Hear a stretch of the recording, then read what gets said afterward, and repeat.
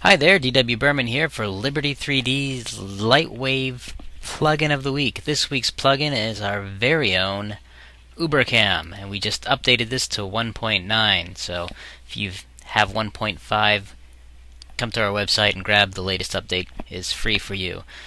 This adds a bunch of new cameras, in this case 17 cameras to Lightwave, and let's take a look at them. This is a scene. I have some very basic geometry with a normal map on it, and I have a bunch of cameras, but right now I'm just going to be looking through this one.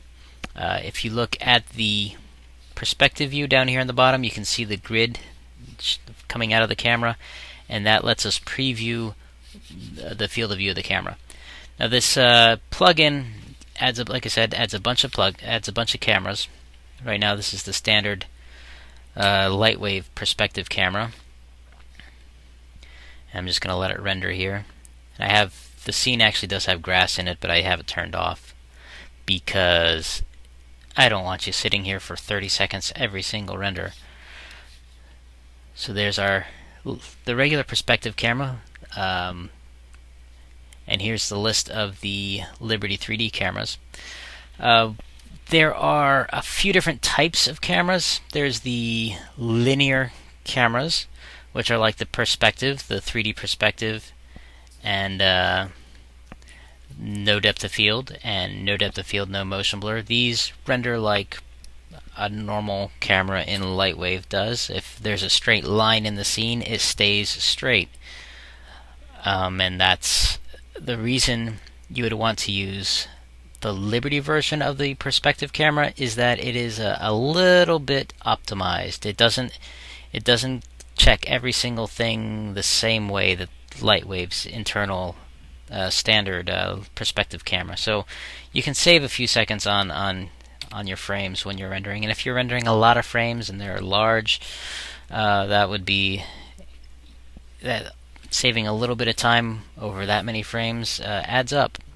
So it's not much to say about the 3D perspective camera, or Liberty3D perspective camera. It's pretty much the same. The next one I'm going to take a look at is Radial Shift Camera, and this is a non-linear camera.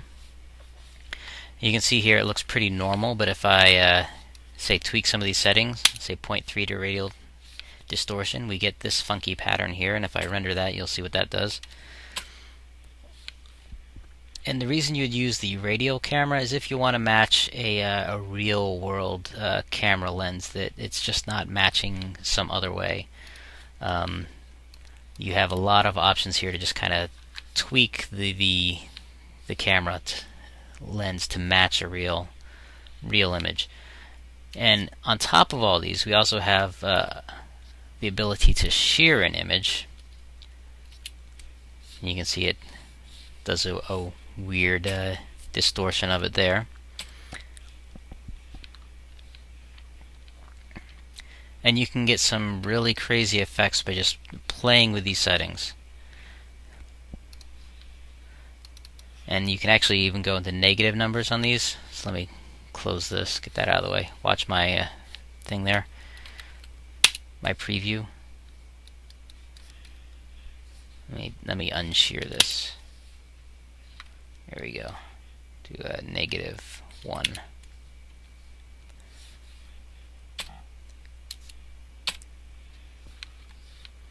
So like I said, you can get some really crazy effects with this.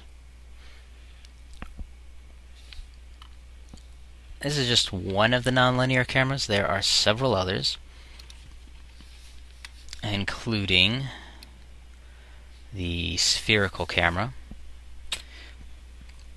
And this is if you wanted, you would probably use this for doing like an image world or an image probe for use in image world. And this background here is just a background I made in the texture editor, or the textured environment. If you're doing a spherical map, you probably want to use set your camera width and height resolution to be the same.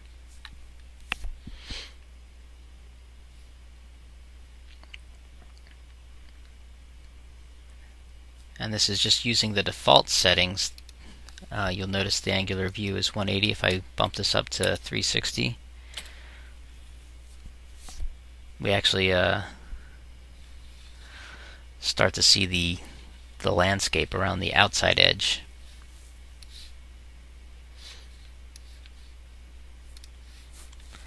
So that's the spherical camera. I'll show you the stereo camera on something else. And another of the non-linear ones we have is the fisheye. It simulates fisheye lens, and I'll just show you the panel for that. I'm not actually going to render this, but you can see there's my camera there. I can up my distortion, and you can see the preview of what the camera is going to look like. And let me see, the next one I'm going to do is the cylinder camera, and this is kind of like a orthogonal camera, in that you have a meter setting for either the vertical axis or the horizontal axis, depending on how you do it. And you have the field of view and the minimal field of view. So this is, you can kind of get some of these settings in the advanced camera, but it seems a little easier to set up here. And this is just going to be a strange looking image.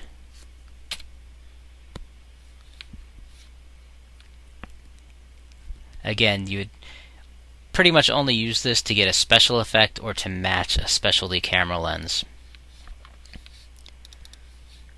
And the next thing I'm going to show you is this skybox camera. Now for this one I'm actually going to go into my scene editor, and I'm going to turn off my land so it's not showing up in the render. And what the skybox camera does, and let me zero out my rotations, is this basically makes a skybox for if you want to make a skybox for a video game. Just basically makes a set of images to map on a plane or on a cube to be your image world, and that works pretty quick in this scene in this case. And if I turn on the land, let's see what happens. Yeah, it shows the land as well. So you can use this to capture your environments, especially if you save it out in high dynamic range, if you're using it in Lightwave. Now that pretty much covers the non-linear cameras. So we have the linear cameras, which are like the perspective camera, and the non-linear cameras where we can really distort things and get some crazy looks. We also have the multi-up cameras, and I'll include the stereo cam in that. Let me go over to the stereo cam, and here's my camera view, and here's my stereo cam down here.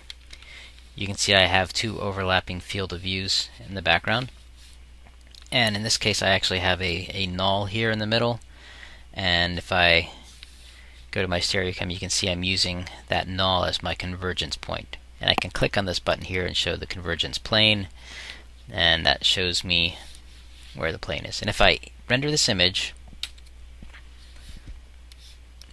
you'll see it renders both the left and the right view at the same time, and it puts them side by side.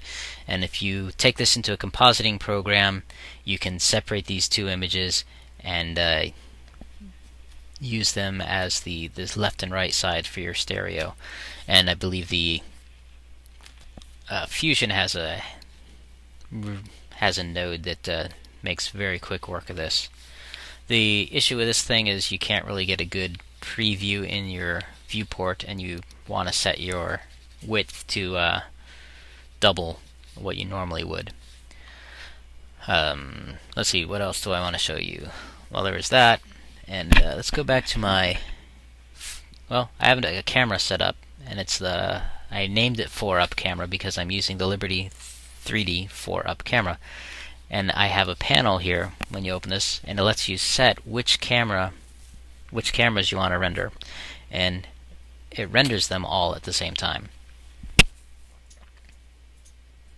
So here is my spherical camera, my cylinder camera,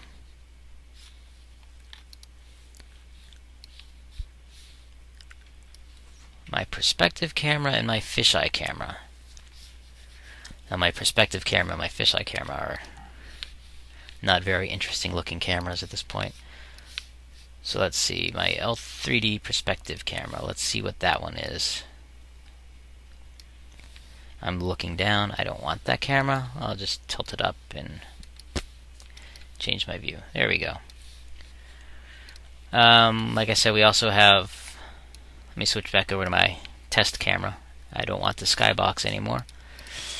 I can also do 2 cameras at a time, and I can do up to 12 cameras at a time, but I can only have 1 instance of a multi-camera at the time, so in the scene. So here I can set up to 12 cameras, you know, first row, second row, third row, 4 cameras each row. Next thing is the DPI camera. This is, like I said, you have multi-up cameras. That lets you, what that does is it renders other cameras within this camera. DPI camera is new to 1.9. Say I have an image, say I like this Liberty3D perspective camera that I set up. Let me hit F9, I can render it.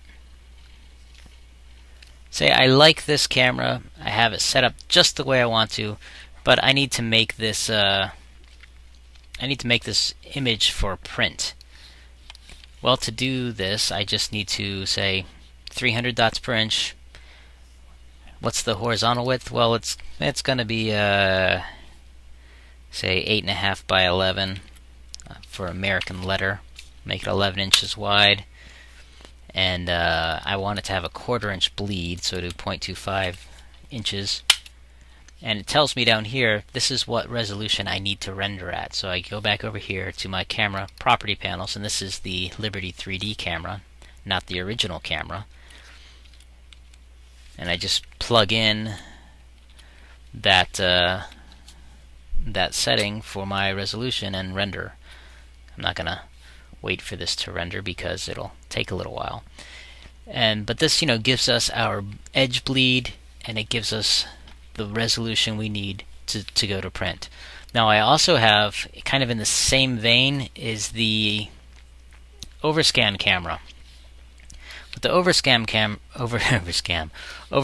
camera does, let's drop this back to 640 by 480.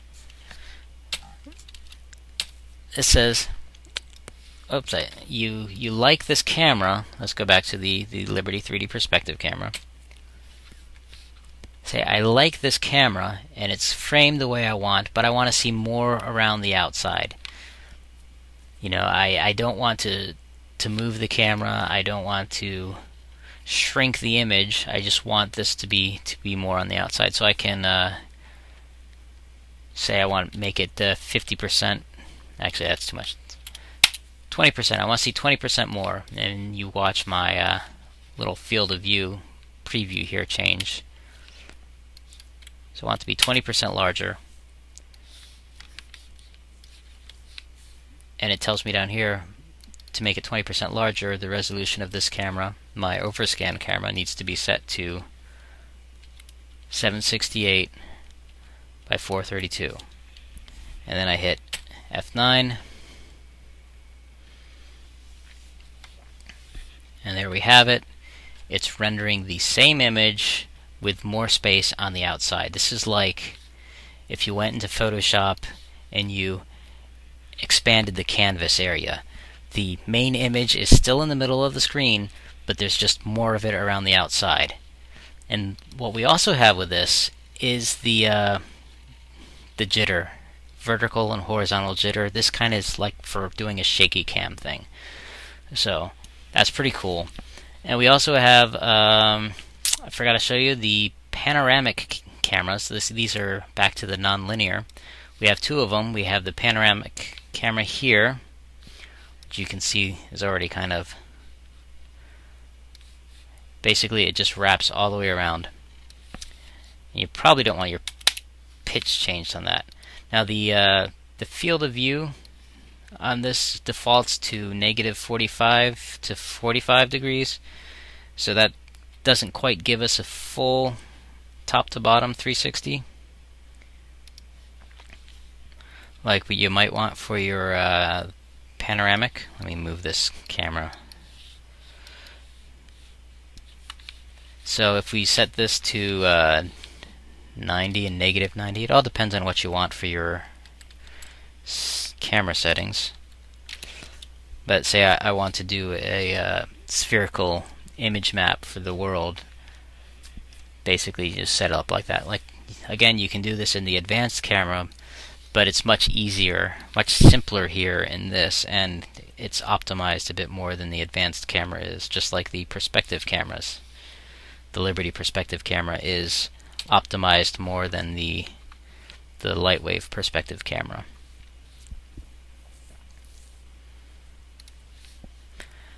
And we not only have the panoramic camera, we have a super pano camera, which has the same thing, where we have the upper field of view, the horizontal field of view, and the upper and lower vertical field of view, so we can really dial in how we want this thing to look. Like, say if I just wanted to do the top dome, I could do that. Don't know exactly how you would use that, but you certainly can do it. And it's pretty cool to have the option. But we also have a horizontal scale and on the different corners. Let me just render, so we get a base render. Now we can start playing with these other settings. Say I make this one 20% and the bottom vertical, I'll make that 50%.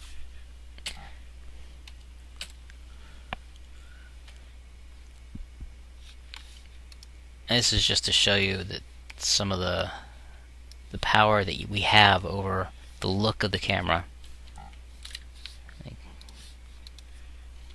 So that's what our settings were before, and here it is with the scale tweaked. And we also have a horizontal and vertical shift amount, so I can actually shift the look. So it's kind of like looking off to the side a little more. So this gives us an incredible amount of power over our cameras and how we're rendering. So we have a much better chance of matching anything that we come up against in as far as, actual footage shot. So that is a basic, quick overview of a lot of the different cameras that come with the UberCam collection. And go ahead, download it, and there's one or two of the cameras you can use without registering, and check it out and have some fun.